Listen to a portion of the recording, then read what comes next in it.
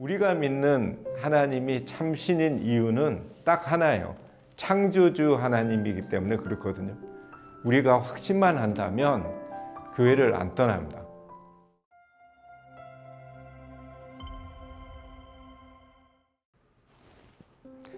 안녕하세요. 별새꽃들 과학관 손경상입니다. 과학관을 설립한 명확한 목적이 있습니다. 교회에서 학생들을 오랫동안 지도를 했는데 나중에 교회를 떠난 학생들이 많이 있더라고요. 그래서 저는 이렇게 마음속에 고민을 했어요. 계속 생각하던 끝에 얻은 결론이 창조주 하나님을 그 학생이 깨닫지 못했다. 결국 우리들의 신앙은 창조 문제거든요. 들어가 보면 우리가 믿는 하나님이 참신인 이유는 딱 하나예요. 창조주 하나님이기 때문에 그렇거든요.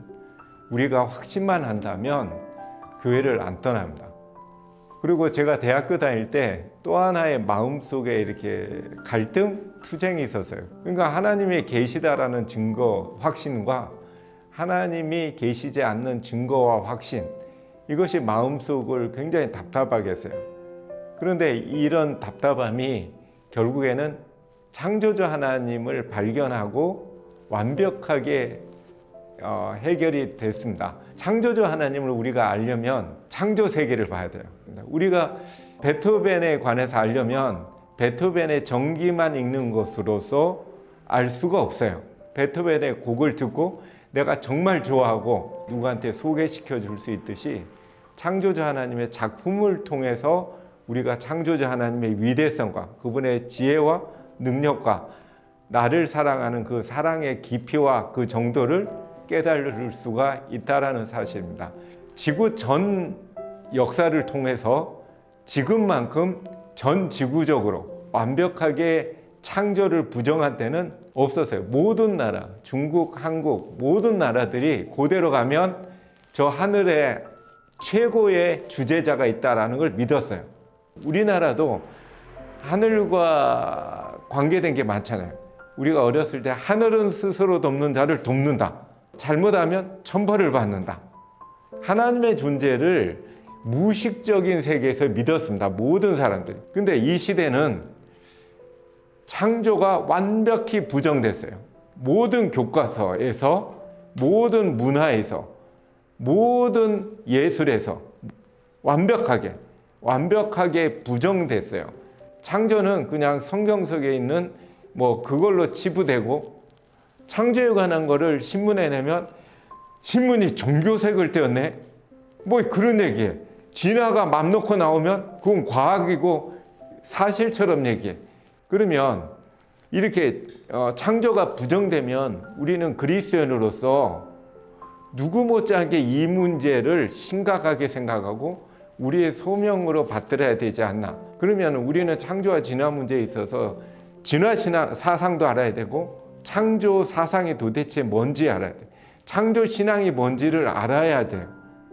우리가 창조주 하나님의 형상으로 창조되었다는 믿음, 그런 믿음하고 연결돼서 우리는 창조주 하나님의 형상을 할 수 있다. 왜냐하면 우리 안에 창조주 하나님의 형상으로 이미 지음을 받았기 때문에. 이게 창조 신앙의 핵심이고 목표인데, 안타까운 거는 기독교인들이 그분의 사상 체계를 들여다보면 진화론자란 말이에요. 진화론자들은 행복의 방법을 자신 있게 제시해요. 진화론이 제시하는 행복의 방법은 모두가 알듯이 적자생존이에요. 경쟁을 통해서 살아남는 것. 다른 사람을 뭘로 보냐면 경쟁 상대로 봐요. 그래서 사탄이 하나님 자리를 넘봤잖아요. 지극히 높으신 자와 어떻게 해요? 비길이라.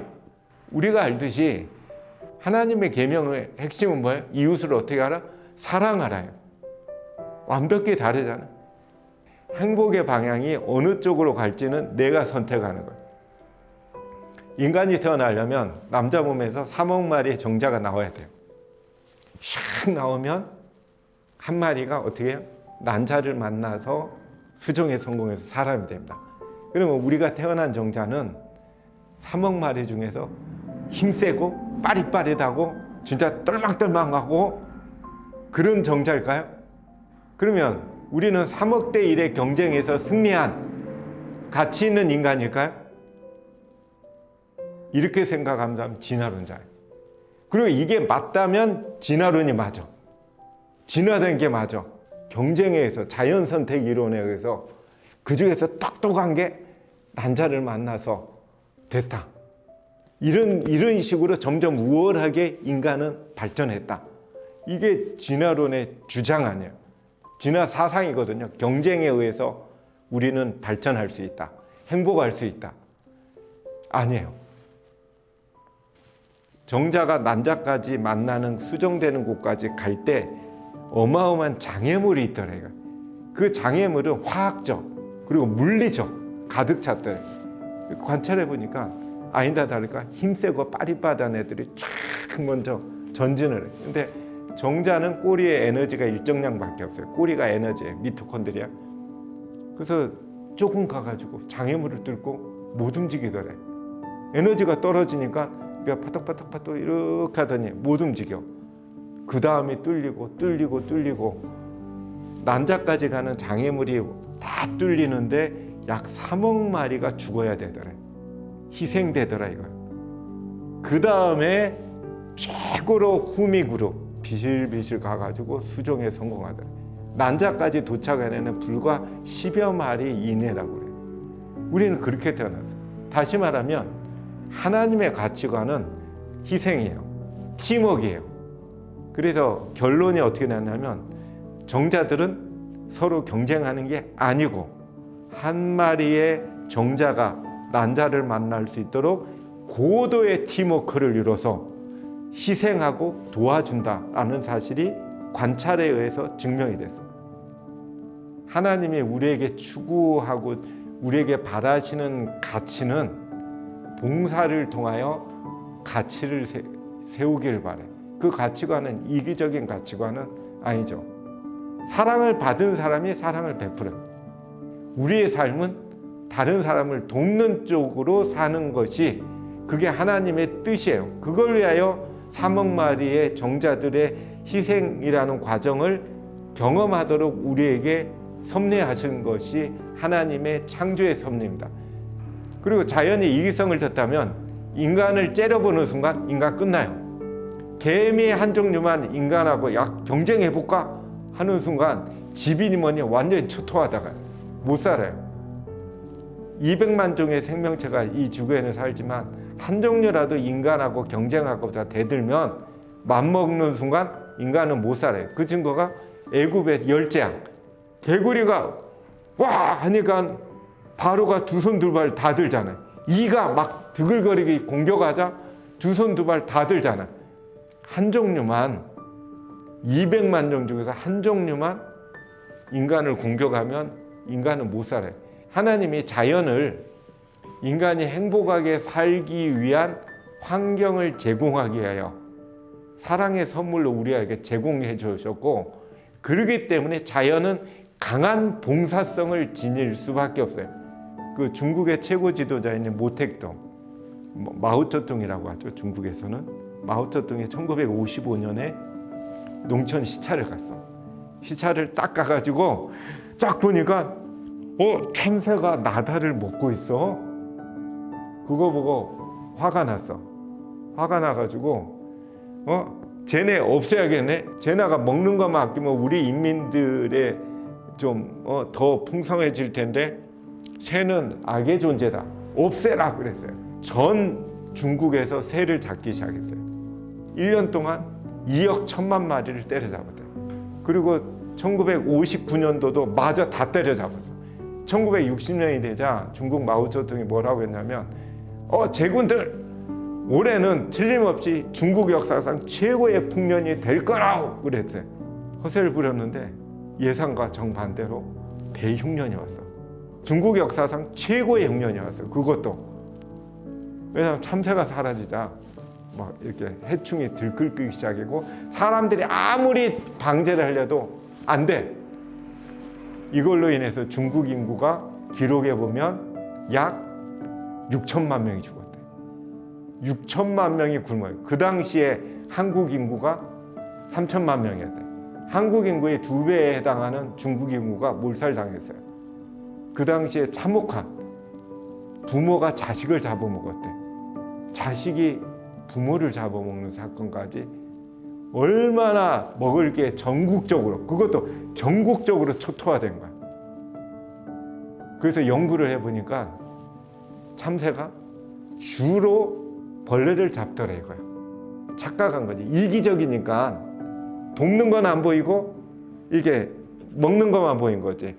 나다를 먹는 걸 계산해 보니까 1년 동안 참새 한 마리가 먹는 게 26원어치를 먹더래. 이거는 중국이 모택동이가 공식적으로 연구를 시켜서, 야 그럼 참새가 도움되는 거야? 제대로 연구해봐! 그러니까는 26원. 그러면 얘가 잡아주는 방제력을 돈으로 환산해봐. 그랬더니 26,000원어치. 26,000원어치의 일을 하는 애가 얘를 28원어치 먹는 게 아까워서 때려잡았다가 완전히 문제가 된 거예요. 그 정도로 몰라요. 그 정도로 우리는 자연을 이기성을 지닌 존재로 봐요. 이게 진화 사상입니다.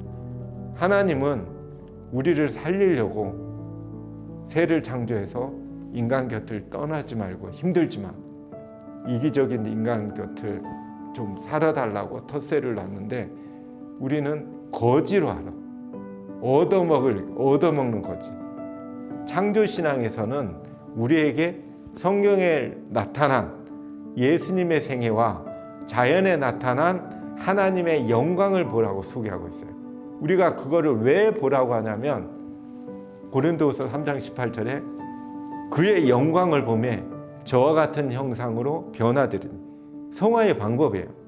하나님의 창조물 속에 나타난 하나님의 봉사성의 이미지를 우리가 보면 우리들의 뇌에 그것이 새겨진대요. 새겨지면 우리도 하나님과 같은 형상으로 자연스럽게 변화돼서 우리가 이기적인 본성이 깨지고 하나님의 절대적 사랑의 본성으로 바뀔 것이다라는 게, 그게 하나님의 주장이고, 행복을 위하여 하나님의 영광을 바라보라고 해요. 우리가 하나님의 영광을 바라볼 때 우리는 하나님의 형상으로 변화될 수 있습니다. 이 세상이 경쟁적인 사회지만 적자생존을 외치고 어디 가나 살아남기 위하여 우리는 경쟁해야 된다. 경쟁에 있어 사회는 발전한다. 그게 모토지만 우리 그리스도인은 다른 삶의 철학, 하나님이 우리에게 주는 봉사성의 행복 철학으로 우리들의 사상을 갖고 행복한 삶을 살았으면 합니다. 감사합니다.